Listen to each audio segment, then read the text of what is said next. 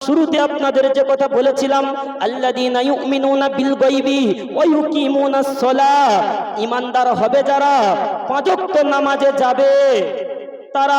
এই জায়গায় কথা বলতে বলতে এইখানে এসেছিলাম, হ্যাঁ কি না মনে পড়ছে আপনাদের?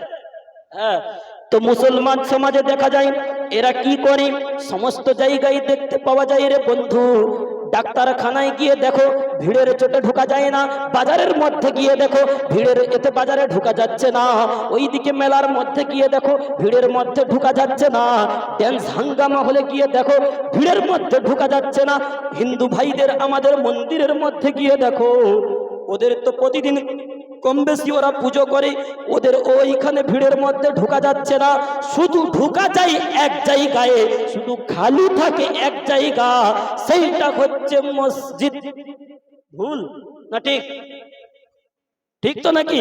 ওই খালি থাকে খালি মসজিদ। আল্লাহ পাক রব্বুল আলামিন বলেন, বান্দারে যখন কিনা তুমি বাজার ভরবে, তুমি কিনা সিনেমা হল ভরবে, ড্যান্স হাঙ্গামা ভরবে, মসজিদটা আমার খালি করবে রে বান্দা, তখন আমি দুনিয়ার জমিনে তোমাকে আমি আল্লাহ দুনিয়ার জমিনে যেখানে সেখানে মার খাওয়াবো, যেখানে সেখানে আল্লাহ মার খাওয়াবে। আর এক জায়গায় আল্লাহ ওয়াদা করেছে যে যারা প্রকৃতপক্ষে আমার বান্দা হবে, যারা প্রকৃতপক্ষে মুসলমান হবে, তারা কোনোদিন মার খাবে না। আজ আমাদের সমাজে ঘুরে দেখতে গেলে ফিলিস্তিনে মার খাচ্ছে কে? মুসলমান। দিল্লিতে মার খাচ্ছে কে? মুসলমান। ওইদিকে আমেরিকায় মার খাচ্ছে কে? মুসলমান। কলকাতায় মার খাচ্ছে কে? মুসলমান।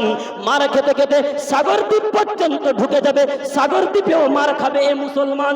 কি গো, যদি বলো কেন হুজুর, কেন যুক্তিটা নাও? প্রত্যেকটা যুক্তি দিয়ে কথা বলছি, যুক্তিটা শুধু মিলিয়ে নাও যে মিলে কিনা, কথার সঙ্গে কাজের মিল হচ্ছে কিনা মিলিয়ে দাও। আপনারা যেই যুক্তি বুঝবেন ওই যুক্তি দিচ্ছি নেন। বলো মুসলমান, বলো। ওগো আমার মা বোনেরা, তোমরাও কানটা দিয়ে শোনো। ট্রেন চলে কিসের উপরে? কথা বলো। ট্রেন কিসের উপরে চলে আপনার?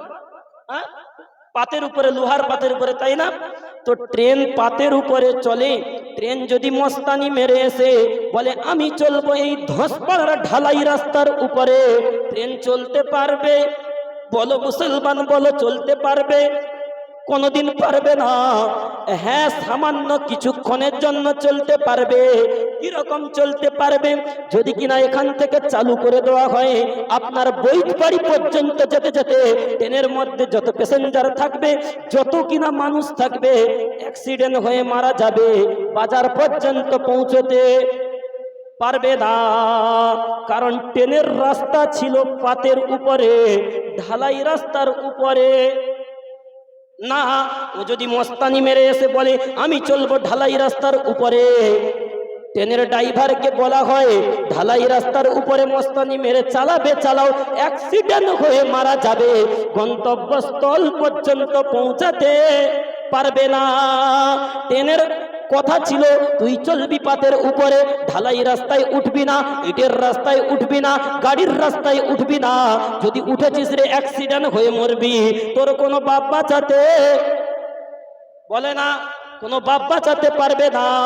আর মুসলমানের ওই একটা রাস্তা রয়েছে, সেই রাস্তাটা আল্লাহ দেখিয়ে দিয়েছে, ইহদিনাস সিরাতাল মুস্তাকিম।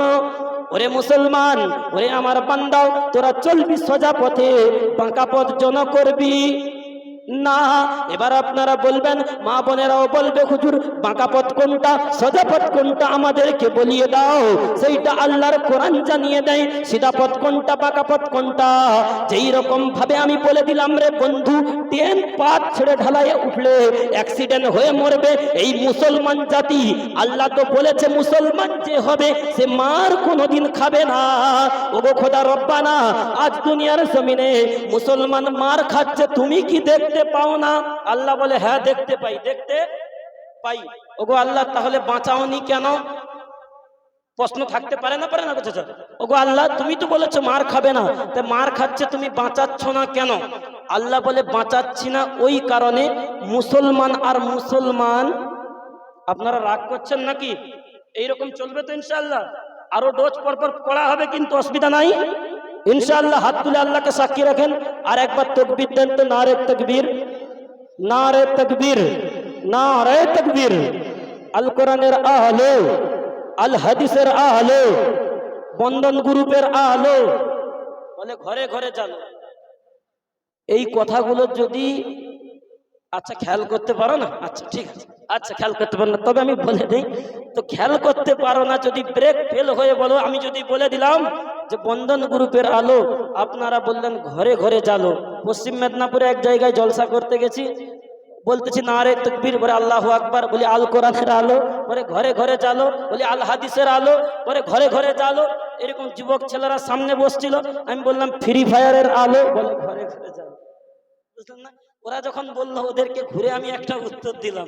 কি উত্তর? ওইটা শুনে নেন, ওইটা আপনাদেরও কাজে লেগে যাবে, কারণ আপনারাও কিছু মানুষ বললেন, আমি বললাম বন্ধন গ্রুপের আলো, আপনারা বললেন যে ঘরে ঘরে জালো। ঘরে ঘরে জানলে খুব সুবিধা হয় নাকি? হ্যাঁ, সুবিধা।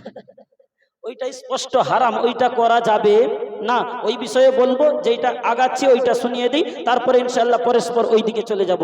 শোনো মুসলমান শোনো, ওই সময় যুবক ব্যক্তিটা আমাকে বলল, আমি যখন বলে দিলাম ফ্রি ফায়ারের আলো, বলে হুজুর ঘরে ঘরে জালো, আমি ওই সময় বলে দিলাম ওরে পশ্চিম মেদিনীপুরের মানুষ তোমরা শোনো, ওরে পিটিয়া বস্তির মানুষ তোমরা শোনো, তোমরা যেইভাবে স্লোগানটা দিলে আমার মনে হচ্ছে তোমাদের পাড়ায় আর শয়তান আসবে,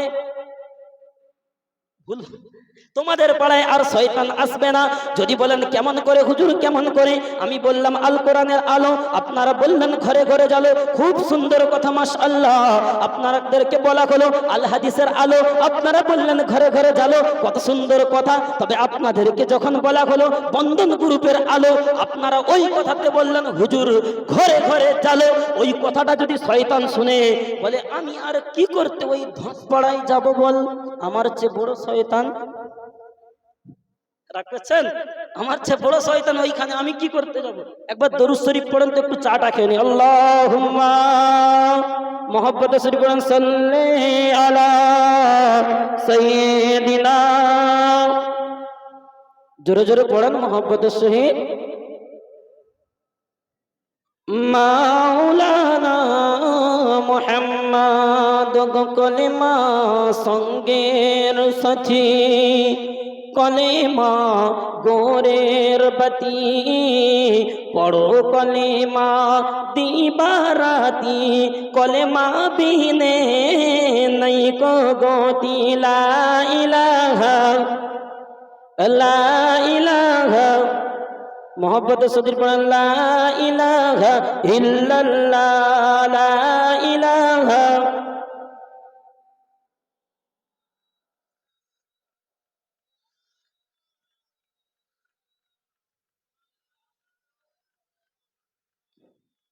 মাশাআল্লাহ, আলহামদুলিল্লাহ, অনেক মানুষ হয়েছে, দেখেন পিছনে ঘুরে দেখেন ভর্তি হয়ে গেছে ইনশাআল্লাহ। হয়েছে না অনেক মানুষ? আপনারা খুশি না বেজার? তো এরা শেষ পর্যন্ত থাকুক, সবাই চান তো নাকি? আর মা বোনেরা ইনশাআল্লাহ ওইদিকে ভর্তি নাকি ভাই? হ্যাঁ, চলো, যে কথা বলেছিলাম মুসলমান, আমরা কি করি যখন কিনা তাকবীর হবে আমাদেরকে বুঝে শুনে উত্তর দিতে হবে, কারণ কোন জায়গায় কি বলতে হবে এইটা মুসলমানকে জানতে হবে। আমাদের সমাজে মুসলমান কোন চাচাকে জিজ্ঞাসা করা হয়, কোন আব্বাজানকে জিজ্ঞাসা করা হয়, ভাই ভালো আছো, চাচা ভালো আছো, ও বলে ইনশাআল্লাহ ভালো আছি, ভালো আছি, ওটা বলা যাবে না, কি বলতে হবে? মাশাআল্লাহ, আপনারা তো বহুত জ্ঞানী মানুষ দেখছি। হ্যাঁ, বলতে হবে আলহামদুলিল্লাহ আমি ভালো আছি। আর ইনশাআল্লাহটা কখন বলতে হবে? ধরো আমি কোনো কাজ পূর্বে করতে যাব, ওই কাজটা করার পূর্বে বলতে হবে ইনশাআল্লাহ, আল্লাহ যদি চায় আমি করব। আপনারা জলসা করছেন, কেউ জিজ্ঞাসা করছে ভাই তোদের জলসা কি কালকের হবে, ওইখানে বলতে হবে ইনশাআল্লাহ, আল্লাহ চাইলে কালকে হবে ইনশাআল্লাহ। আর ওই সময় ওই জায়গায় কিছু মানুষ বলে আলহামদুলিল্লাহ হবে, আলহামদুলিল্লাহ আলহামদুলিল্লাহ হবে। বলে কি গো আব্বা ভালো আছো? বলে ইনশাআল্লাহ ভালো আছি, আল্লাহ ভালো আছি। ওই জায়গায় বলতে হবে আলহামদুলিল্লাহ ভালো আছি, আল্লাহ শুকরিয়া আদায় করতে হবে। যদি শুকরিয়া আদায় কি করে কি হবে? আল্লাহ বলে নিয়ামতটাকে বাড়িয়ে দেবো, কারণ আল্লাহর কোরআন জানায় লা ইন শাকারতুম লা আযীদান্নাকুম ওয়া লা ইন কাফারতুম ইন্না আযাবি লাশাদীদ। আল্লাহ পাকের কোরআন বলে যেই ব্যক্তি কিনা আমি আল্লাহ আমার শুকরিয়া আদায় করে, আমি আল্লাহ তার নিয়ামতটাকে বাড়িয়ে দেই। আর যে ব্যক্তি আমার না শুকরিয়া করে, আমি আল্লাহ তার নিয়ামতটাকে কমিয়ে দেই, সর্ব অবস্থায় আমাদের শুকরিয়া আদায় করতে করতে হবে। এবার যে কথা বলেছিলাম, মুসলমান ইমানদার হলো তারা, মুত্তাকি হলো তারা আজান শুনে মসজিদে যায়, যারা মুত্তাকি হলো তারা পবিত্র মাহে রমজান মাস পেয়ে রোজা রাখে, যারা মুত্তাকি হলো তারা অর্থ থাকার পরে দান ধান করে যাকাত দেয়, তারা মুত্তাকি হলো তারা অর্থ থাকার পরে হজে যায়, ফরজ হজে কমসে কম একটা বার যেতে হবে। যদি অর্থ থাকে, তুমি পয়সাওয়ালা হও, তোমার জন্য একবার আল্লাহর কাবায় হজ করা হচ্ছে ফরজ। তোমার যদি অর্থ থাকে, তোমার যদি কামাই থাকে, তোমার যদি টাকা থাকে, তোমার জন্য একবার যাওয়া ওয়াজিব, যেতেই হবে, যেতেই হবে, একবার ওয়াজিব। তারপরে আপনি যাবেন না যাবেন আপনার ব্যক্তিগত ব্যাপার। তারপরে আপনার মাল সামান অনেক কিছু হয়েছে, আপনি দান করেন, আপনার বাড়ির পাশের এতিমকে দেখেন, গরিবকে দেখেন, তাদেরকে, অনাথ ব্যক্তিদেরকে দেন, এতিম বাচ্চাদেরকে দেন, বাড়ির পাশাপাশি বিধবা যারা রয়েছে তাদেরকে দেখাশোনা করেন। কসম খোদার, আল্লাহ বলে এরা হচ্ছে আমি আল্লাহ আমার মুত্তাকির খাতায়, এরা মুত্তাকির খাতায়। আর এখন মুত্তাকি কারা শুনবেন? মুত্তাকি হলো তারা, এরা বলে কি বলে, আল্লাহকে খুব মানি, নবীকেও মানি, আর কি করি মা বোনেরাও বলে আল্লাহকে খুব মানি হুজুর, নবীকেও খুব মানি। তবে কি রকম মানি? এই মুসলমান সমাজ বলতে থাকে, কি বলে, চায়ের দোকানে কি করে, চায়ের দোকানে চায়ের গ্লাস নিয়ে চা খাচ্ছে, চা খাচ্ছে আর বলছে আজ ইসলাম ধ্বংসের দিকে। ইসলাম কার দিকে? ধ্বংসের দিকে। মসজিদে আজান হচ্ছে, চায়ের চুমুক দিচ্ছে আর বলছে ইসলাম ধ্বংসের দিকে। ইসলাম বলো মুসলমান বলো, ইসলাম ধ্বংসের দিকে না ও চিটিংবাজ ধ্বংসের দিকে? ও ধ্বংসের দিকে না, কারণ তুমি তো ইসলামটাকে ধ্বংস করছো। কারণ আল্লাহর রাসূল সাল্লাল্লাহু আলাইহি ওয়াসাল্লাম বলেন, লা সালাতা লা দীনা, যে ব্যক্তি কিনা আমার সালাতকে, আল্লাহ পাকের হুকুমকে আদায় করে না, নামাজকে কায়েম করে না, সালাতকে আদায় করে না, সে হচ্ছে তার ভিতরে ঈমান নাই, সে ঈমানদার বলে দাবি করতে পারে না, মুসলমান বলে দাবি করতে পারে না। এদিকে আমাদের সমাজের মুসলমান মা বোনেরাও বলে, বয়স্ক চাচারাও বলে, আব্বা জানেরাও বলে, আমাদের মধ্যে অনেকেই আছে তারাও বলতে থাকে, কি বলতে থাকে, আমরা নবীর দিওয়ানা, নামাজ পড়তে বলে যাব না, ভালো না যান আপনার, কি বলে, আমরা নবীর দিওয়ানা, নামাজ পড়তে পারবো না, আমরা নবীর দিওয়ানা, দাড়ি চাচা বন্ধ দেব না, আমরা নবীর দিওয়ানা, সুদ খাওয়া ছাড়বো না, আমরা নবীর দিওয়ানা, লটারির টিকিট কাটা বলে না, লটারির টিকিট কাটা ছাড়বো না। মা বোনেরা ওদিকে মনে মনে ভাবছে, যাক আমাদের ঘরের স্বামীগুলোকে হুজুর খুব দিচ্ছে, এতদিন পরে একটা হুজুর পেয়েছি, ভালোই দিচ্ছে ইনশাআল্লাহ। ওরা মজা নিচ্ছে, হাসছে, আওয়াজ আসছে, দেখো এরা যেই জায়গায় যায় সেই জায়গার কথাবার্তা বলে। তো যে কথা বলেছিলাম, তো ওদের জন্য কিছু বলবো, ওদেরও কাজে আসুক, কেউ না কেউ একটা আমল করুক। ওরাও বলতে থাকে, কি বলতে থাকে, আমরা নবীর দিওয়ানি, নামাজ পড়তে পারবো নি, আমরা নবীর দিওয়ানি, স্বামীর খিদমত করতে পারবো নি, আমরা নবীর দিওয়ানি, নামাজ পড়তেও পারবো নি, আমরা নবীর দিওয়ানি, গরম লাগে তাই বাইরে যাব, বরখা পড়তে পারবো নি, আমরা নবীর দিওয়ানি, বন্ধন গ্রুপের টাকা লো বন্ধ দেবনি।